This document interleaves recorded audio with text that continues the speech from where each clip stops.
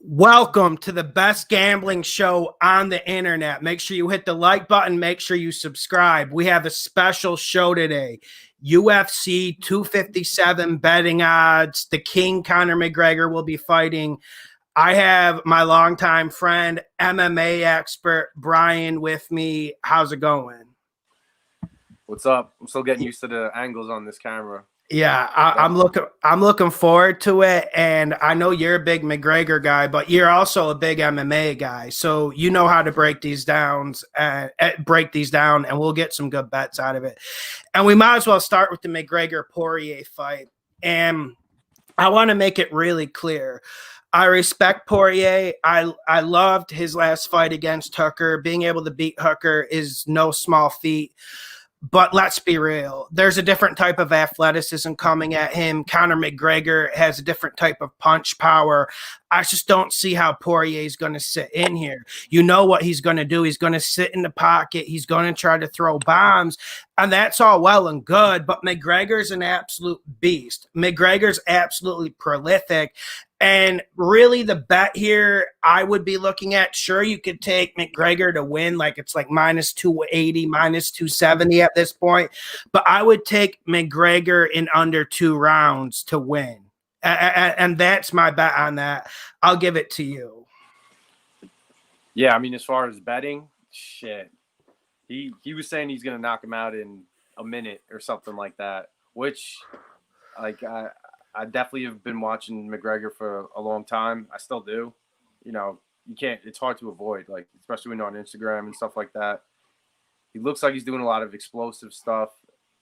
I know before the Khabib fight and even after, he was doing like a lot of like groundwork and stuff like that.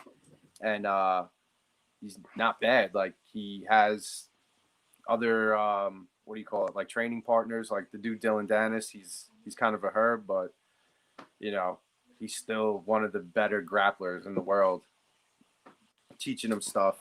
He's only getting stronger. I think it's going to be hard because all of Poirier's like attributes, McGregor kind of has better versions of it.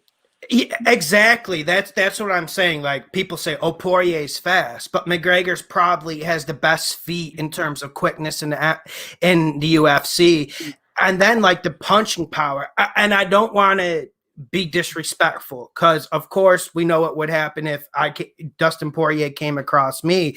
But I'm just saying, sure, it looks powerful on TV. Sure, those punches look like they're nasty, but for someone like McGregor, they're really not all that nasty. And McGregor has the power advantage here. That's why I think he's going to get him out early. And the thing about McGregor's mentality, like, the one thing I noticed from him is he just misses competing. He'll get in there with anyone. And a lot of people criticized him fighting Cerrone. I didn't view it that way. I viewed it as in he just wanted to get in there, and that was really the only one who wanted a piece.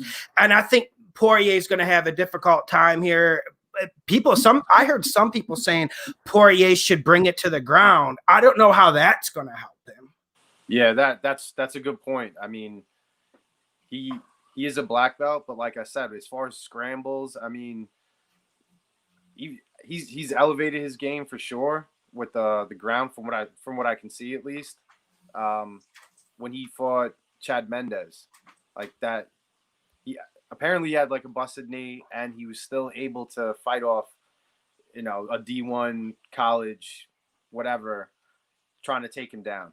So I think Dustin's in for a long night, and I just watched the Dustin versus TJ or whatever his name is, Hooker fight, and he had trouble taking him down.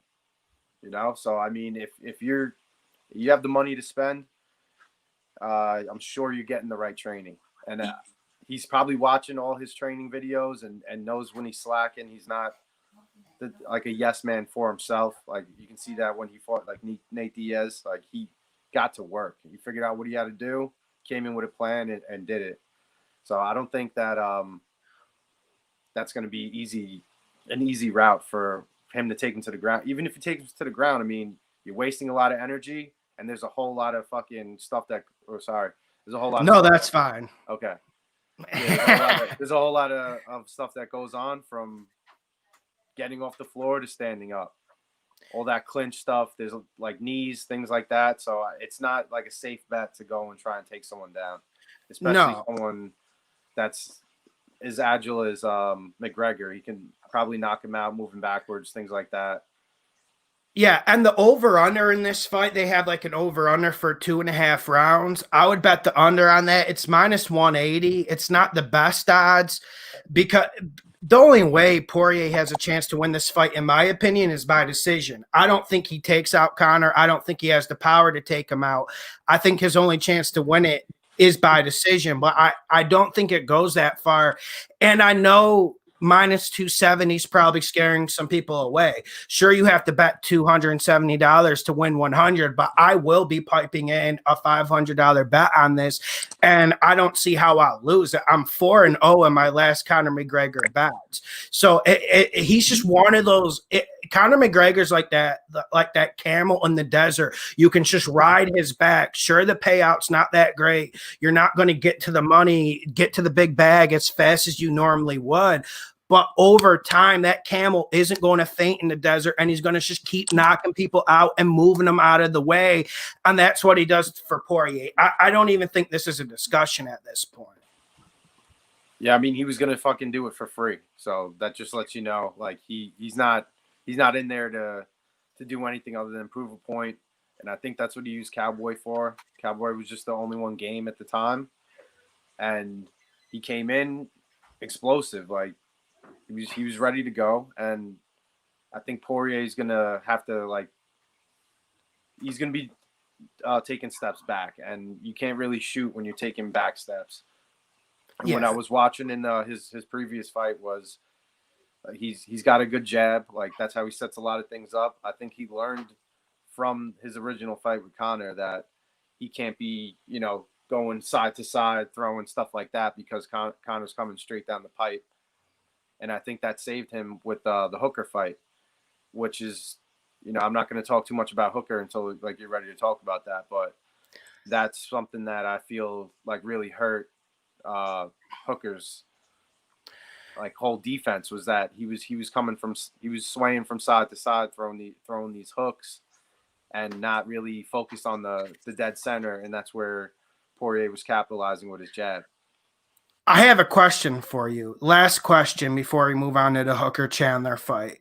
Does Poirier even have a better ground game than McGregor? He's got a good ground game.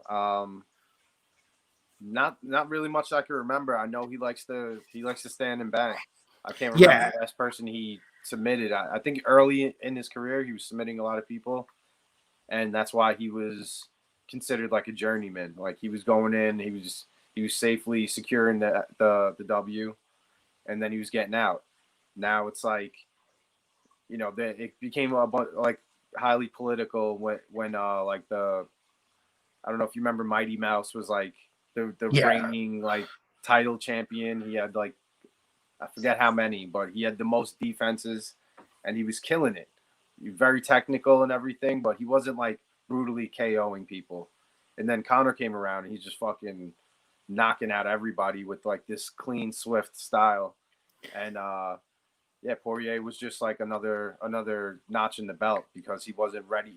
He wasn't in there looking for that let me destroy you type of thing. He was looking like, all right, how do I play this out? Blah blah blah. And so this is a 5-round fight with them, right? Yeah, it's 5 rounds. And I have another thing I want to direct to you. The first fight, if you remember, I'm not saying it was a Jose Aldo situation where Conor McGregor absolutely destroyed someone mentally and destroyed their will before the fight. He literally did. I don't care what anyone says. Conor McGregor destroyed Jose Aldo before they even fought. He was scared. Yeah. And so we remember he did that with Poirier. It was quite extreme. And Poirier even said it after the fight, like, yo, Conor got to me pre-fight. He got me flustered. He got me a little bit flabbergasted. We know that's not happening this time because it's more of a friendly thing. Here's my reading of that. I'll play amateur psychologist. I think it's because Conor McGregor knows he's just going to dust his ass. And much, yeah. and he's viewing Poirier as a palm piece. But I don't want to disrespect Poirier because, like you said, he has some legit skills. He's nasty. He has a good strike game. But that's literally what Poirier is. And whenever you can get a king against a pawn at minus 275, don't be scared of it. You better put that in early because that stuff's going to be rising up to minus 340, minus 380 because all the big money is going to go on McGregor. Everyone who knows what they're doing, who does this professionally, will be throwing the money. They're just a little bit late because that's why we're doing it early because I want to get better odds. Right. As it draws closer, like that. I think once they have the press conference, like you're going to have some trouble. I don't even really bet, but I would imagine you're going to have some trouble trying to get your bet in when he finally starts turning it up a little bit. If Dustin says anything out of line, I'm pretty sure he's going to have something right across his face. You know what I mean? And no disrespect to any of these guys. I mean, you're going out there fucking putting your brain on the line for us to chill and like talk shit. It's pretty crazy. I mean, if it wasn't for the brain damage, it wouldn't be so much. But like, there's a lot on the line that these dudes are doing. So it's not like a trash talking thing. It's like here's the data that we have, just letting you know what's going on. Like if you've been watching it, you probably will notice the same thing. That's why the odds are what they are. It's not like we're choosing favorites here. I mean, I still want Conor to win because I like his style. I want to see him go further and kind of beat the shit out of everybody. Oh, he will because he's putting in the work. Yeah. So we pretty much. I got Poirier. I got Poirier to lose. I got McGregor to win 2 rounds, second round knockout. You got a prediction, or you're just picking Conor? Oh, as far as like what he might do. Yeah, because some people will go advanced betting options and go like first round knockout. Like I'm not trying to brag, but I did hit that one against Cowboy Cerrone. I just bet first round knockout Conor. Nice. Yeah, so give us your predictions because some people might want to dig into it. I mean, from the interviews and everything, like it kind of looks like Dustin doesn't really. He's trying to get as little invested as possible. Probably because of the first time where he got too invested and he's all like disgruntled or whatever, but he needs to get invested because this dude's coming in rested. Like that's not to go off on a tangent, but like I said, with like the brain trauma and stuff like that, you get your head beat up a little bit. Like that Hooker fight was no joke. No, Conor came in, destroyed Cowboy, bounced out. Went on a yacht, chilled out, got that good sun and like good breakfast every morning. Like he's well rested and he's ready to come like clobber on people. Like I fell one time and I broke my whatever that is, the zygomatic arch, and I jumbled my head around a bit. And me and my brother was sparring, and I was like, I would almost close my eyes when we were about to do contact, and it's my younger brother too, so we're kind of messing around barely. It's not like we're throwing haymakers, but you get it hit a couple good times, you're a little hesitant to engage, and if he shows that with Conor, like that back step is going to be his downfall really. So I'm thinking it's probably going to be a first round KO also. Make sure you go ahead, sorry. Yeah, no, I was just going to say, make sure you hit the like button. Make sure you share the videos. First round knockout. I can't disagree with you. Let's get to the next fight. Michael Chandler against Dan Hooker. This is pretty much even money. I'm sure this is one that people are going to be interested in betting just for the payout. Listen, Michael Chandler, I want to put my biases on the table before we get into the X's and O's. Michael Chandler is the most annoying person in MMA. He is, and I'm sure if any MMA fan has been following this, the Instagram videos of Michael Chandler are just grating through your ears because he has zero charisma. He's constantly on camera. And you would think he already won the title with the way he acts. And then there's also a certain thing I don't like. There's a certain political nature to him about everything, whether it's him trying to toy with the rankings. He comes in the UFC. I think he gets a top 5, top 6 rankings. He's trying to toy with the rankings. He's trying to play this system. But you want to know what? It's not really going to matter against Dan Hooker because I don't think he's going to be able to get Dan Hooker on the ground. If Michael Chandler wants to win, he's going to have to put Dan Hooker's ass on the ground, and that's rather hard because Dan Hooker's got that nasty clinch. If you try to get up in him, you'll get one of those big knees. And I think the reach advantage is going to play a part. Does Dan Hooker fight as smart as I want him to? No, he just doesn't. I'm not going to act like he's going to come out there and use his range perfectly. But with those kicks, with the range, Michael Chandler's a short 5'9". He's not a tall 5'9", if you guys know what I mean. Like really alligator type arms. I think that's how Dan Hooker controls the fight. I think the strikes from Dan Hooker's feet are what makes the difference. Yeah, I definitely agree. One of the things I noticed with a lot of Dan Hooker's fight, I don't know why I thought it was TJ Hooker, but yeah, maybe that's like from a TV show or something. But yeah, Dan Hooker, he throws a lot of like crafty knees while people are doing this motion in front of like that Tyson. He will. Well, that's what Chandler does. That's exactly what he does. So like that's a wide open thing. Also, in regards to the whole takedown thing, you gotta like kind of. If he's going to take down Hooker, it's got to be something crafty, maybe like a single leg, something like a clinch up against the fence and like kind of slide into something with his like whatever he does like that. He drops levels really well, but that it's going to be something like that if he's going to try to do it because Dan Hooker has a really nice guillotine, and that's the first thing that comes in usually when you're trying to take someone down. If it's choreographed at all, your head's on one side of their body. And he has because he's got lanky arms, he's got a really good guillotine, and that's like one of the number one submissions that he has. I've seen Hooker choke a lot of people out. And it's with it's with that exact move. It's the guillotine. Like they go in, they're tired of scrapping with him because he's got good hands. And they just get caught up in this guillotine, and he puts it in really tight. He gets the hand fully across, and then he cranks from over the top. And hold on, I wrote down a couple notes here just because I was just looking at because that Poirier Hooker fight. That was a really good fight. If anyone before they bet this, go watch like the free Michael Chandler fights on Bellator and go watch the Hooker fight. UFC put it up for free on YouTube. And I think that's was great preparation for Hooker against Chandler because I think Poirier is a lot better than Chandler.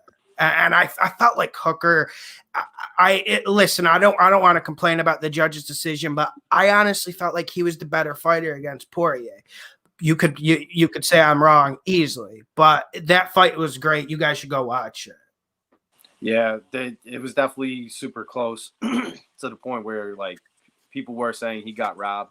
I watched it not that long ago, like today, literally, and he was kind of beating him down, and it was I'd say the thing that was messing him up was that motion, it's the throwing the hooks from side to side. And he was leaving his face wide open, and that's when Poirier was digging him with the jab. He started to like mess up his rhythm because he was digging him with a jab in between each punch, which kind of really opened up a lot of doors for Poirier once they both got tired because he's throwing these slugger punches. Yeah, I'd say that's definitely a con for him. With Chandler, he's got that Tyson kind of peekaboo style, which is advantageous when you're trying to throw wrestling in there. But I did notice he does a lot of like, he'll kick you to the leg, then he'll punch you in the stomach, and then he'll try to kind of work in like a power punch to the head. And it's like, it's very much on a cycle. Like he does it. It feels mechanical. Yeah, Yeah, and like when you're fighting someone like Dan Hooker, who is rather fluid with the striking, you don't want to be too mechanical. And to make a long story short, I'm picking Hooker, and I feel this is probably the best bet of the weekend. Just pick Hooker to win outright. Hooker doesn't have a lot of luck with decisions or the scorecard, even before the Poirier fight. But I don't know if Michael Chandler is even going to be able to take him down consistently. We know how the judges love wrestlers. I know you're a wrestler, so I don't want to say anything disrespectful, but they love wrestlers. They love a takedown. I mean, that's worth more. A takedown's worth more than them laying in 5 bombs to someone's headpiece. well, as far as like someone controlling the other person, wrestling, you can obviously see when someone can't hit back and stuff like that. That's where wrestling comes in handy a lot. You can take someone's back. The one thing I noticed with Chandler in his other fights is he's good at wrestling. He gets people to the ground. He starts doing his ground and pound. But that was Bellator. Like, people, I don't know. I guess they're like, fuck it, I'll just take the check, and they shell up. There wasn't. He didn't get on top of them the way Khabib gets on top of people, and you can't move. It was just a lot of people just weren't. They just looked like they didn't want to get up. And with Hooker's like, you get a hold of him, and next thing you know, he's very like slithery and lanky. Like he'll put a hook in, or he'll try to like get behind you. There's a lot of elbow action that goes on with him. I mean, I don't know necessarily that I'd call a knockout for either one of them. No. Yeah, I could almost see that one going the distance, or Hooker honestly submitting him guillotine. Yeah, because while that's one to look into, if you wanted to do a little bit of a prop bet to get some better odds, Hooker to win by submission, because the fight will be on the ground at some point, because that's what Chandler's going to do. And I got Hooker to win, but unfortunately, I do think it will go for the decision. So if you want to bet that over under 2.5 rounds, I would say go there, go with the over. But still, when I'm looking at this fight, I was saying who is the better athlete, and I think Hooker's the better athlete. And that might be a problem for Michael Chandler, because like you said, his striking's already mechanical. We know he's a damn good wrestler, but does he have the quick first step to get in on Hooker? Because Hooker's going to have the reach advantage. But we know Hooker, I'm not going to act like he uses it well either. I'm not going to sit here and act like he's a technician with his reach, like Adesanya or something. Right. No, definitely. I mean, Adesanya is one of his partners. I mean, I don't know if they're working together this camp. I doubt it, because I feel like I remember them saying something. They're both Kiwis, so I think they train at the same place. They train at the same place. Who's the other guy? Volkanovski, the other. Yeah, Volkanovski. He's good too. I think Max Holloway beat him, honestly. I thought that too. That's why I kind of just did the deep breath. I thought the first fight Max Holloway won, but whatever. I could understand it, but the second one was ridiculous. Yeah, but I digress. Yes. If I were to put it into like layman's terms, Michael Chandler's like a Jack Russell Terrier. Like he'll put a backflip in there just to put it in there, and miss his chance at doing what he was supposed to do. Like he wants to be flashy, and I hope it doesn't like call. I mean, realistically, if he's doing some flashy stuff, what he has to do is he has to cover ground, and there's a lot of openings for Hooker if he can kind of keep the perfect distance. Because according to what I saw with him against Poirier, he didn't do very good in like a clinch situation. But that's also because Dustin's really good at a clinch situation. Like that's where he does his work. And Chandler, he does a lot of stuff in the clinch too, but he's shorter, and he's I don't necessarily think that he's like the stronger fighter in like a close quarters type of thing. If you can get underneath him, yeah, it's possible. But like you said, I did wrestle, and I was one of the shorter people in my weight class. When you go to pick up someone that's taller than you, it's a lot harder. Like you have to get underneath at least one of the legs, and you really got to like dump them, because when you go to pick them up, all you really do is like you're on your tippy toes, and their feet are still on the ground. Like my partner in high school was like 6'4" or something like that, and I'm like 5'10" on a good day, and it was there was a lot of that going on. Like he would hook his leg, and I, it was difficult to get him down, and I see a lot of that going on because I'm sure they're bringing in wrestlers, and Volkanovski, I think is his name. He's really good with his ground stuff. Like he's really good with the wrestling, and they're all like very calculated people with that type of stuff. So there's particular things you can do, and I think he's going to end up doing it. As far as like the transition, he's also transitioning to a different speed.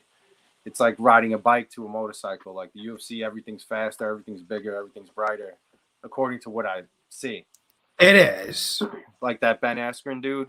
You remember what happened to him when he got that flying knee from Masvidal? Well, that's the thing. Something was working for him. He had a nice calm style where it was like people didn't run straight at you and throw too much at you, and it was almost predictable. Like he knew what he was gonna do. He had his cringe way of like talking trash, and he could see if it was working. And Masvidal just caved his dome in, and that was it. Like he barely even survived Robbie Lawler. Yeah. So so I want to make it clear, I'm betting Hooker just to win outright because, like we both said, there's a high likelihood this goes to decision. So although I was tempted to take Hooker with the KO, maybe that's wishful thinking on my part, just because I want to see Michael Chandler get knocked out. Yeah, in Chandler's defense, honestly, he has a really, like I said, he does that leg, body, head combo, but he's got a really good system for how he throws his power punches. And it's tight. It's usually like an uppercut fashion because he's shorter, and that's the one kryptonite thing that I think Hooker needs to look out for. I'm sure his coaches are probably telling him, so he might be moving slightly different, cover up his grill a little bit more. But yeah, I'd say Hooker also. The kid's hungry. He's young. He's ready to go. He took his loss already. It was kind of like a bittersweet loss because a lot of people thought he won and stuff like that. So I'd say Hooker and McGregor for sure. Yeah, main card. I would say so. And one question. One comment about that. Someone did point out that Hooker beat Gilbert Burns. Oh yeah. When I look at Gilbert Burns, I know Gilbert Burns has gotten a lot better over the last year and a half. He's gotten a lot better. But when I look at Gilbert Burns, I feel like that is someone that Michael Chandler should aspire to. Like if Michael Chandler was at the top of his games, he would be the level of Gilbert Burns. I don't want to use a false equivalency here, but I think Chandler's going to get rocked. And here's the thing. People are saying, Chandler pushes the pace. Chandler's high tempo. Have you seen Hooker's fights? His fights are crazy. So I don't think the tempo will be a problem. Although in the high tempo fights, they do say the smaller man has the advantage. Well, he better hope so. Yeah. High tempo, like I said, he's a Jack Russell Terrier. That's what it is. If he's high tempo, you're not really planting your feet for like a knockout punch. Like if you got to be darting all over the place, you're not really spending enough time in the stuff you trained, unless he's doing something like a cartwheel or something like that. Where, you need to be explosive, and he's a good chain wrestler. Yeah. If Hooker tries to get a hold of him, that's his wet dream. Like he wants that, and I don't think that's really going to happen like that. I think he's going to try and tee off on his head, and what's it called? Chandler's going to be darting around, and he's going to walk into something sharp and get KO'd. I agree. Or he's going to be darting around and think that he can grab a leg by using some misdirection. He's going to get guillotined. Yeah. So far we got McGregor and Hooker.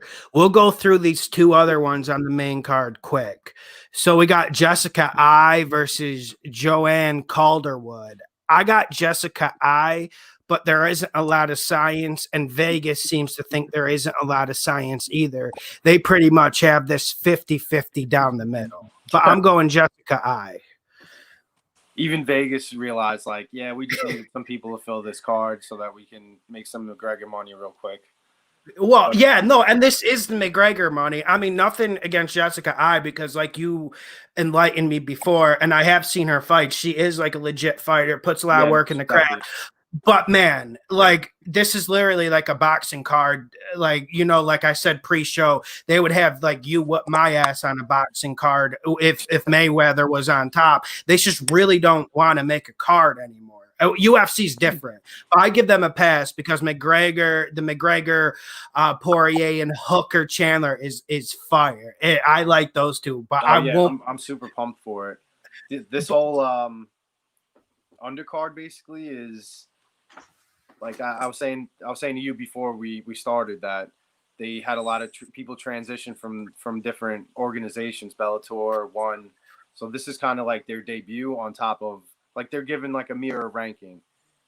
It's like DC versus Marvel. Like, who do you think is the equivalent of Superman? Who do you think is the equivalent of Batman? And just have them scrap. But it's the reality is they're from two different organizations. Jessica Eye, like from what I saw, like she's got good boxing. Like she can definitely handle her stuff on the ground. She versus Shevchenko, who is just outclassed her in every category. She's just a better version of Jessica Eye. The chick Joanne Calderwell, she looks like a scrappy chick. She does Muay Thai, so the Jessica Eye may be able to outbox her, but as far as like chopping wood and chopping down somebody mentally, you know, the Muay Thai usually can do the trick. Like there's just a lot of leg kicks involved, especially when you're versing a boxer. If you can destroy their leg, that's what McGregor did against Diaz. If you can destroy that lead leg, it takes a lot of their game away.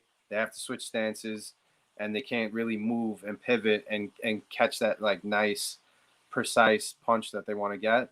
So I'd call it for Joanne Caldwell. Oh, okay. And then she's at -120. She's actually like the slight favorite, like 52%, 52%. But yeah, like I understand that.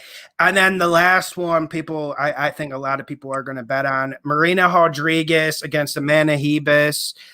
I got Amanda Ribas, or Ribas, however you want to say it, if you want to say it the Brazilian way. I got her to win. I think that's a rather easy one. Although some people are saying there's a possible upset here. But like I said, I'm gonna pivot to you on that if you have a read on it. Gotcha. I mean, I'm just trying to find literally a picture of what these chicks look like, because I know better from face. But I will say one thing that we mentioned earlier is Roundtree. Like he's a dark horse for sure. Like definitely, if you're looking for like just another bet on top of, you know, the main card, the Khalil Roundtree. Like Roundtree's he's pretty much fighting a cone, so he's gonna come in there.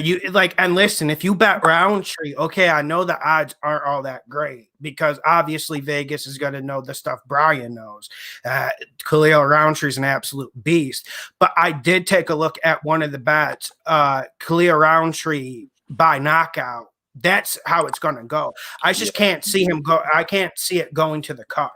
And then I think you might even be able to get even money back for that. So, yeah, he's versing a dude who's making a transition from one championship, and there's not much stats on him. Like, it's not like he's a knockout artist or a jiu-jitsu guy. He probably took up some space in one championship. They said, hey, this guy's doing good. He's winning. They said, all right, well, we'll throw him against somebody who we need to bring back up on the up and up. So I don't know. I think it's kind of like a sure win with Khalil Roundtree. I think it is. And I don't want people to get scared by like the -330, because the whole point of UFC is you want to get like 4 or 5 bets a night and spread it out. But I do want to respond to the live chat. I will not be betting the Jessica Eye fight. because if anything, that's a toss up. That's the definition of a toss up fight. Yeah, no, it's pretty much a toss up. Like I don't 100% think Jessica I really has knockout power, and being that boxing's like one of her main things, that's not a good look. And just one thing about women's, it is really hard to judge someone like Jessica I. Like, for instance, when she fought Shevchenko, Amanda Nunes and Shevchenko, they're so much better than everyone else. It is really difficult to even judge a fight with. Yeah, 100%. Yeah. So I definitely looked up both of these chicks, and I recognize both of them. Okay. Photo visual memory. Yeah, dude. 100%. Coloring books. Pop. They call it photographic. I call it photo visual. Yeah, I'm putting money on Amanda Ribas. Yeah. Animal. She's dude, I'm going Ribas. Like, that's another one I'm hitting. Like, I'm hitting Roundtree, I'm hitting Hooker, I'm hitting McGregor, and I'm hitting Ribas. Then I'm down, and I know at the very worst, if everything goes wrong, maybe I'm wrong on the Michael Chandler one. And then you're still coming in with tons of profit. Come on now. Yeah, I mean the Michael Chandler thing, like he's blowing a lot of smoke right now. He's sugarcoating it as like respect, but he's blowing a lot of smoke, saying that he could beat anyone, and I think Hooker's gonna take it the wrong way, and he's gonna come in with a chip on his shoulder, and he's gonna rip his head off. And sorry to cut you off, but this was an interesting comment from the live chat. Dustin's game plan is scary. He wants to dump all his energy in the first. I mean, he's gonna dump it when he gets KO'd. Yeah, I know. Like, you just can't come out and fight like that against McGregor, because one thing we touched on was the head movement of McGregor is so much superior to everyone else in the UFC, let alone the foot speed. I'm not just talking about running in a straight line. I'm literally talking about someone who is freakishly quick. And like, honestly, because I got a lot of NFL fans, McGregor's like an NFL tier athlete. That is how athletic he is, and people don't realize it. I mean, the balance, everything. I'm not going to talk up his athletic ability, because I mean, you can just watch him do anything really, and gauge you for yourself. Like, you don't really see Dustin doing a lot of the balance stuff that he does, and like you can kind of compare the two. Dustin's more like he's stiffer, and I forgot what I was going to say as far as maybe you could run that back real quick. I'm gonna respond to this comment. He's saying Dustin's game plan is scary. He wants to dump all his energy in the first. Oh, that's what it was. Okay. Then he's saying, he said the game plan already, guys. Go listen to his interview. Well, okay. Let's take something with a grain of salt. UFC fighters say a lot of things. Michael Chandler said he was going to fight Tony Ferguson. Michael Chandler said he was going to fight Khabib. These fighters say a lot of things. Paulo Costa said he was going to come in just straight up throwing bees against Adesanya. What did he do? I mean, yeah, it's a lot different until you get in the cage, and then you got McGregor in front of you. Then you just can't catch him because he's so damn fast. Yeah, so I'll say two things to that. What did Eddie Alvarez do? He came charging at him, and he got slept. That's exactly like, if you can see things in slow motion the way like apparently Conor can, the faster the more energy you kind of throw at him. Like, it's got to be some explosive stuff. What Conor does is he'll lull these people in, like full sense of security, and then pop, like right when you don't expect it, from across the entire body.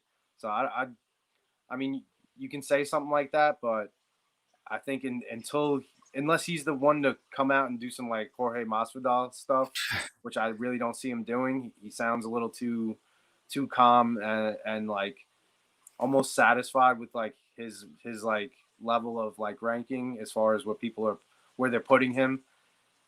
I mean, the lights might be too bright for him for a rematch. Like, there's a lot to prove. He's coming off that loss to Khabib, which was, he was pissed that he had his, I forget what he had him in, but he had Khabib in like a compromised position, and he blew all his energy trying to hold on to it.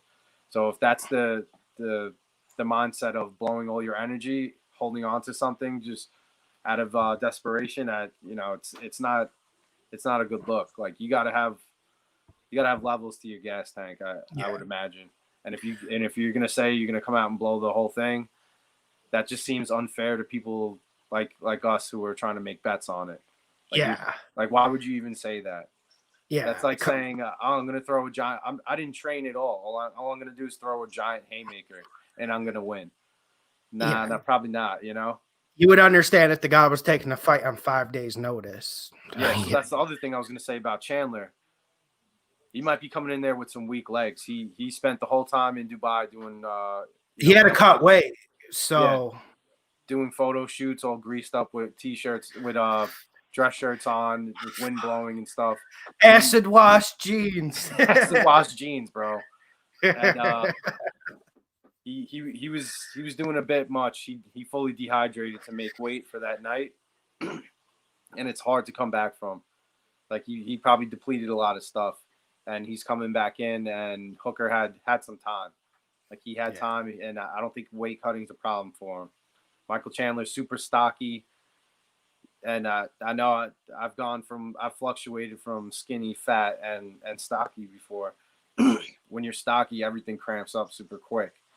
So I mean, yeah, he's the Jack Russell Terrier and everything, but you get put in that heat, and you're trying to fucking do a lot of explosive stuff and flashy stuff. You're gonna cramp up. You're gonna lose your legs. I think so. I just want to throw that in there. Yeah, and I want to thank you for coming on. And for the people asking, yes, I will be doing UFC this off season because there's nothing out about it. Yeah, we'll be going hard. And enjoy the fight. Thank you for coming on. Make sure before you guys leave, hit the like button so it shows up in the YouTube algorithm. I plan to upload this. I didn't plan to go live. That's why I didn't let you guys know. It was because of technical difficulties. Hit the like button, share the videos, subscribe. Oh, and before I go, one guy is saying a lot of the money that's being bet is on a Poirier upset and the fight to go the full over 3 rounds, which is crazy. So it's just letting you know that before you step out. Gotcha. So just one last thing. Rebus by submission. Rebus by submission? Okay. Yeah. Okay. And so can you just say that one more time? So the money, you can win the most by betting on a Poirier upset. Yeah, because they're saying the public is throwing a lot of money on the Poirier upset, believe it or not. Like the amount of people betting, but that doesn't make a difference. So yeah, I think it's just because he's on his humanitarian flow right now, and like there's he's doing a lot of good stuff. Like Poirier's a good guy, but he's also, up shit's creek a little bit with what his game plan is and what they're looking to do. I mean, barring like an injury or some freak thing like that, I don't see McGregor losing. Subscribe, hit the like button, share the videos.